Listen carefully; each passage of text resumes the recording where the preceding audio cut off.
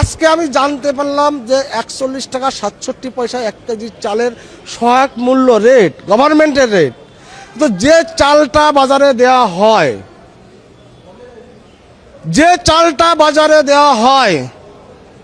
সে চালটা কিন্তু ৪১ টাকা ৬৭ পয়সার চাল নয়।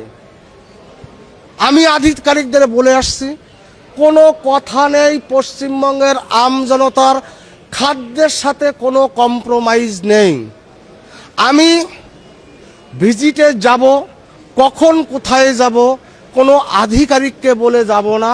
আমি আপনাদের মাধ্যমে বলে যাচ্ছি, যে এরিয়ায় দুর্নীতি হবে সেই এরিয়ায় যিনি আধিকারিক আছেন, যারা রেশন ডিলার, হোলসেলার, মিল মালিক, রেসপন্সিবিলিটি তাদের নিতে হবে। সেই এরিয়ার আধিকারিককে আমাকে কৈফিয়ত দিতে হবে। বিগত দিনে যেটা হয়েছে দীর্ঘ ১৫ বছর যাবৎ, সেটা পশ্চিমবঙ্গে হবে না।